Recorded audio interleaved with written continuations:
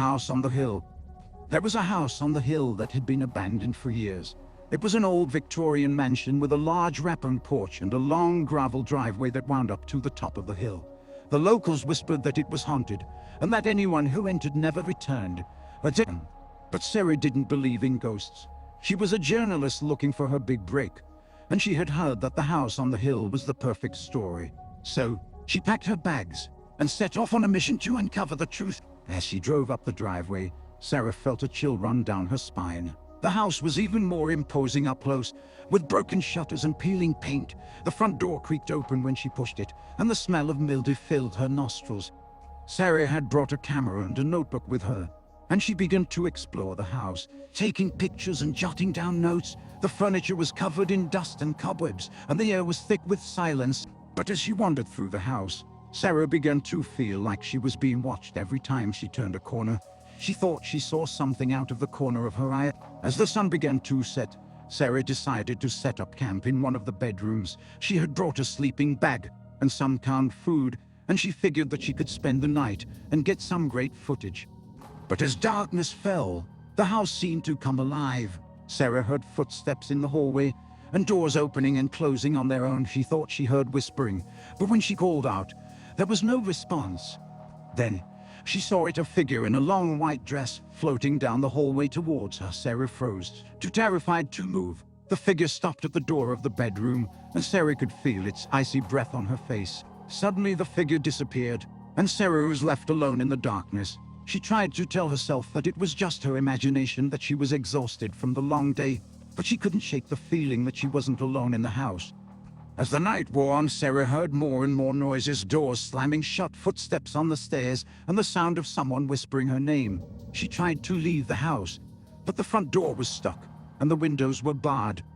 As dawn broke, Sarah was still trapped in the house on the hill. She had never been so scared in her life. But then she heard a knock on the door. It was the police responding to a call from a concerned neighbor. Sarah stumbled out of the house, her camera and notebook in hand. She tried to tell the police about the ghost, but they just looked at her like she was crazy. They took a statement and left, and Sarah never returned to the house on the hill. But even though she had escaped the haunted mansion, Sarah knew that the ghost would haunt her forever. She had seen something that she couldn't explain, and she would never forget the terror she felt that night. The end. The haunted mansion. It was a dark and stormy night when the Johnson family arrived at the old mansion they had inherited from a distant relative. The mansion had been in the family for generations, but it had been left unoccupied for years, and it was in desperate need of repairs. The Johnsons were excited to see the place, but they were also a little unnerved by its dilapidated appearance. The house was huge, with 3 floors, numerous bedrooms, and a sprawling backyard. But despite its grandeur, there was something unsettling about the mansion. As soon as they stepped inside, the family sensed that something was not right. The air was thick and musty, and there was a strange, oppressive energy in the house. The rooms were dark and shadowy, and it felt as though they were being watched from every corner. Despite their misgivings, the Johnsons decided to spend the night in the mansion. They set up camp in the living room and tried to make the best of the situation. But as the night wore on, strange things began to happen. The furniture started to move on its own, and the doors and windows creaked and groaned as though they were alive. The family heard footsteps coming from the upper floors, but when they investigated, they found nothing. The walls seemed to pulse and shift, and the air grew colder and colder. The family tried to ignore the strange occurrences and go to sleep, but they were soon awakened by a blood-curdling scream. It came from one of the upstairs bedrooms, and it was so loud and terrifying that the family felt their very souls tremble. They rushed up the stairs to investigate, but when they entered the room, they found nothing out of the ordinary. However, as they were leaving the room, they caught a glimpse of a figure standing in the shadows. It was tall and menacing, with glowing red eyes and sharp, pointed teeth. The family was terrified and fled back downstairs, but the figure followed them. It seemed to be everywhere at once, lurking in every corner of the house. The family tried to escape, but the doors and windows were now locked tight, trapping them inside. As the night wore on, the family realized that they were trapped in the mansion with a malevolent spirit. The entity was determined to destroy them, and it seemed to be growing more and more powerful with each passing minute. The family was desperate for a way out, but they were trapped in a living nightmare. They tried everything they could think of to banish the entity, but nothing worked. The spirit seemed to feed off their fear and desperation, growing stronger. Finally, in the early hours of the morning, the family made a last-ditch effort to escape. They gathered together and ran towards the front door, throwing their weight against it with all their might. Miraculously, the door gave way. They didn't look back as they ran as fast as they could, never stopping until they were miles away from the haunted mansion. But the memory of that night would haunt them for the rest of their lives, and they knew that they could never truly escape the malevolent spirit that had terrorized them. The end. The house on the hill. Maggie had always loved exploring old abandoned places, so when she heard about the abandoned house on the hill, she knew she had to check it out. The house was said to be over 100 years old, and it was rumored to be haunted.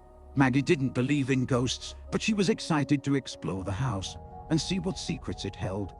One day, Maggie and her friends set out to find the house. They hiked up the steep hill and finally reached the overgrown lawn in front of the house. The house was just as impressive as the rumors had suggested. It was a huge Victorian-style mansion with a wraparound porch and a tower that loomed over the rest of the house. As they approached the house, Maggie had a strange feeling in the pit of her stomach. She brushed it off and pushed open the front door.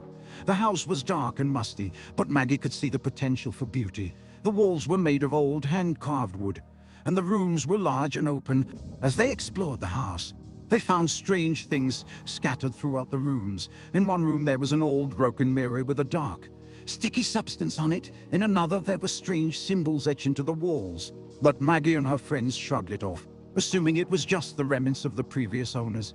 As the sun was setting, and Maggie and her friends decided to leave the house and come back another day. As they walked down the hill, they heard strange noises coming from the house.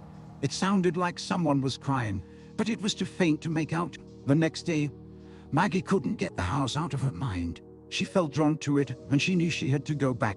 So, she returned to the house alone. She could see that something had changed. The walls were now covered in strange symbols, and the air was thick with the smell of rot. The crying had turned into a low, menacing growl. Maggie tried to leave, but the door wouldn't budge. Panic set in as she realized she was trapped. Suddenly, the growling stopped, and a voice whispered, "You should have never come here." Maggie screamed, and the sound echoed throughout the house. She could hear footsteps coming from upstairs, and she knew she had to hide. She ran to the nearest room and crawled under the bed. She hid.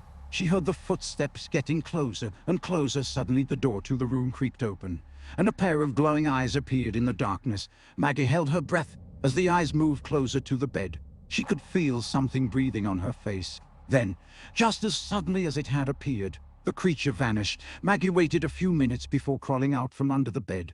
She cautiously made her way to the front door, and this time it opened without resistance. As she walked down the hill, Maggie knew that she had stumbled upon something sinister. She never went back to the house on the hill, but she could feel it calling to her. And sometimes when she was alone in the dark, she could still hear the growling, and she knew that whatever was in that house had not forgotten about her. The end.